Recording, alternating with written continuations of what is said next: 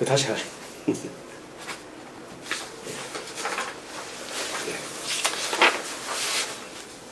입금은 했어요? 네.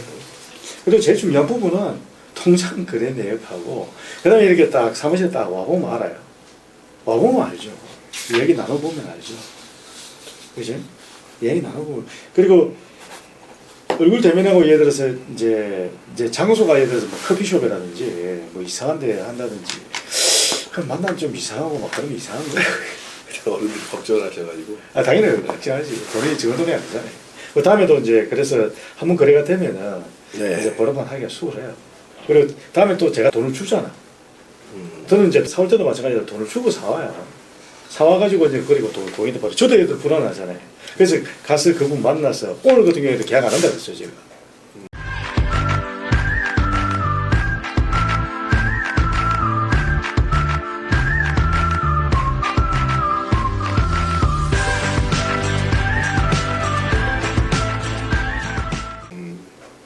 오늘 그 판매를 하신다고 연락이 안 되는 거예요. 제가 이분인데.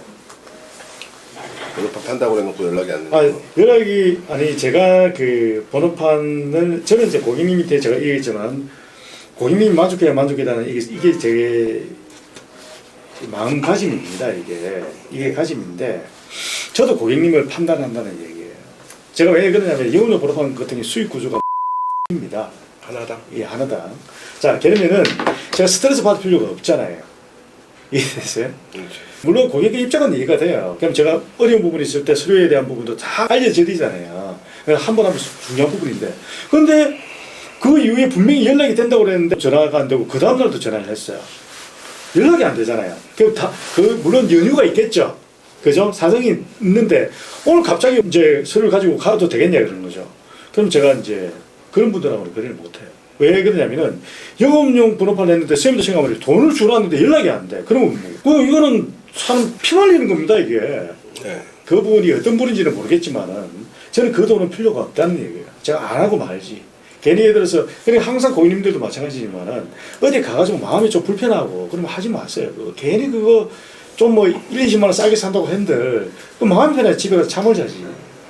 그리고 조금 전에 얘기했다시피 뭐 보증도 해줬다 해서 그 다음에 나중에 접수 좀 보내주면 그걸 확인하고 그러니까 딱 자기가 단도리를 딱 하면 되잖아요.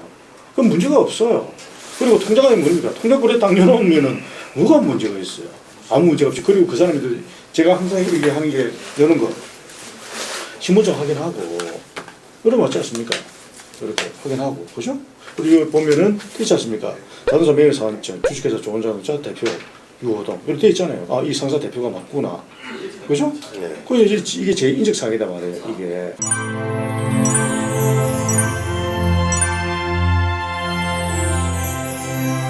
제가 말씀드렸다시피 저는 100% 책임지는 사람이고 네. 좀 전에 얘기했다시피 그 고객님이 만족하면은 혹시나 만족하면은 주변에 하시는 분들도 편하게 구매할 수가 있지 않습니까?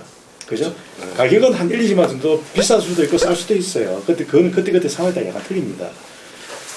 그 부분 보시면 됩니다. 아니 그러면 광주에서 예를 들어 번호판을 달 때 와서 이렇게 도와주시나요? 그렇죠. 한 분? 그때 이제 연락을 드립니다. 그럼 차를 가져오시면은 차가 등록사 없어요. 그냥 번호판을 달아요. 네, 그랬던 것 같아요. 예전에도 그랬던 것 같아가지고. 그죠? 네. 30대 초반 때나 한번 했거든요. 그때 했었거든요, 택배를. 하셨는데 그 이후에 뭐 하셨습니까? 그래? 부탕은 이제 장사했어요, 장사. 어떤 장사요? 도매 장사. 도매라는 게 어떤 도매를 하셨어요? 야채 도매요. 가락시장. 아, 그러시구나. 네. 아, 잘못해가지고. 뭐 좋은 경험 하셨네. 그죠? 근데 스님께서 얼굴도 좋고 서글서글하게 잘하실 것 같은데요. 아니 뭐가. 맞아. 그 과정이잖아요, 과정. 누구든지 다 과정들이 있습니다. 그 남자들은 대부분 보면은 제가 좀 말씀드리겠습니다. 제가 정말 많은 사람들을 만났거든요. 한 30년 동안 얼마나 만났겠습니까? 전 장사만 이렇게 했는데 그 남자들 대부분은 몇 억씩 날립니다. 기본입니다, 그게. 그러니까 내가 한 돈 1억 날렸다. 아무것도 아닙니다, 그거는. 모든 남자들은 대부분 다 날렸다. 이러보시면 됩니다. 예. 단지 좋은 경험을 했다. 왜? 제가 말을 안 할 뿐이다. 이해되세요? 네. 질문하시고 계세요, 질문하시고. 아니요, 뭐 없어요. 제가 뭐 따로 이제 연락 주시면 그때 하면 되잖아요. 그래서 저희 그 행정사님 그 명함하고 네. 제가 사진을 보내드릴 거고요. 그러면 그분이 그 영업용 번호판 달기까지 일치를 다 합니다. 그리고 불편사항이 있으시면 제가 모든 걸 총괄을 하거든요. 제 행정사분이 2분이나 계십니다. 제가 일이 좀 있는 사람이라서.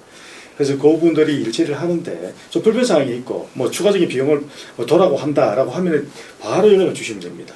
그럴 일은 절대 없겠습니다만은 만약 혹시라도 뭐 추가적인 뭐 어떤 걸 요구한 부분이 있으시면 말씀하시면 돼요. 네네. 그럼 저희들 이야기하시면 다 처리가 됩니다. 이해되시죠? 네. 예. 중고자 사시는데 그 부가세는 대간세는 다 했어요. 아직 끝이 나죠. 사업자를 내질 않았으니까. 사업자. 그래서 제가 그 부분을 말씀드리려고. 그거는 된다고 그러던데. 그러니까. 네. 그래서 이제 사업자를 만들지 않습니까? 네. 그래서 사업자 등록증이 나오시면은 네. 사업자 등록증이 나왔습니다. 그러면 그 사업자 등록증을 그쪽으로 보내야 되겠죠. 그 회사로요? 중고차. 왜요? 그래서 생계대서를 받아야지. 계산을 받아야 그때 받을 때. 예. 그걸 깜빡하시는 분들이 있어. 그러면 그게 차량을 얼마 주고 샀습니까?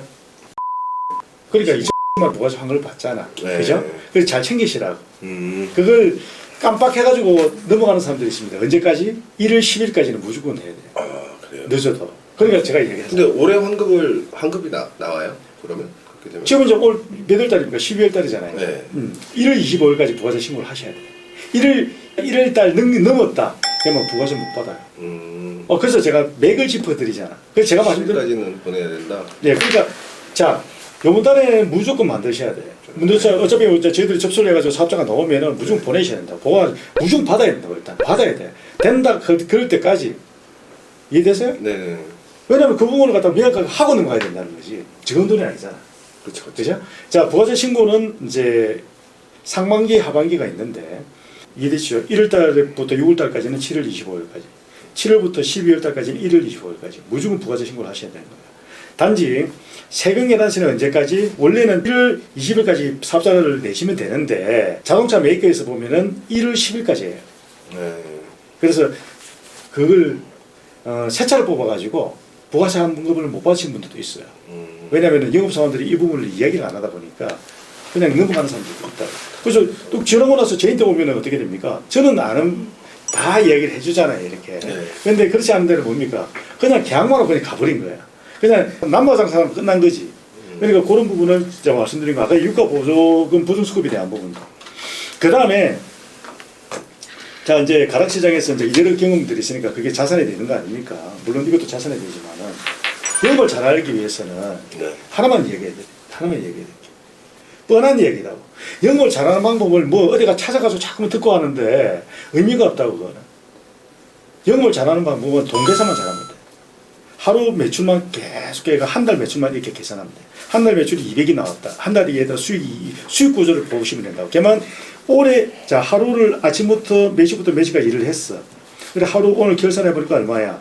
그러면 이게 하루 딱 벌이가 10만 원 남았어. 그러면 다음 날에 뭐가 되겠어요? 좀 더 해야 되겠네. 뭐 다른 방법이 있겠네. 이런 연구가 나온다고. 그러니까 하루 정산을 꼭 하셔야 돼. 대충 넘어가면 안 돼. 그것만 하면 돼. 그러면 목표량이 정해진다고 이렇게. 그리고 한 달에 딱 이제 나왔잖아요. 이렇게 수익 구조가 나왔잖아. 그죠? 야 이거 안 되겠는데. 야 이거 이 방법보다 다른 방법을 좀 어떻게 좀 더 추가를 하든지 합침을 하든지 뭐 하여튼 여러 가지 방법을 좀 동원을 해야 된단 말이에요. 그죠? 늘리든지. 그래서 그렇게 해서 수익 구조를 한 달에 내가 평균 수익을 딱 만들고 그 이후로는 뭡니까? 너무 지나치게 하시면 안 돼. 걔만 다친다고 몸이. 데미지가 간다고. 왜? 여기 장사는 떼돈을 벌 수 있는 장사가 아니야. 그렇죠. 예, 한계가 있다고. 그 한계를 넘었으면은 내가 그만두는 시기가 온다고. 그건 무리라는 거 아닙니까? 그래서 그 부분 잘해. 그러니까 동계산을 잘해야 돼. 동계산. 하루 정산하고 넘어가고 하루 정산하고 넘어가고. 그렇게 해서 이제 수익 구조를 만들어야 되는 거죠. 그 영리하게 이제 그거는 가지고 그렇게 하시면 목표가 자동적으로 생기게 돼 있어요. 근데 오늘 일을 했는데 동계산을 안 해. 에이 대충 얼마 이렇게 몇 개 했으니까 얼마 이렇게 돼버리면은 목표가 안 생겨요. 그리고 하늘에 얼마 버는지도 몰라. 그리고 이름 했나 이래 된다고. 그러면 안 돼. 그러니까 그렇게 하면은 목표가 생긴다. 그렇게 장사하시면 돼요. 제가 뭐 들을 수 있는 건 보이다.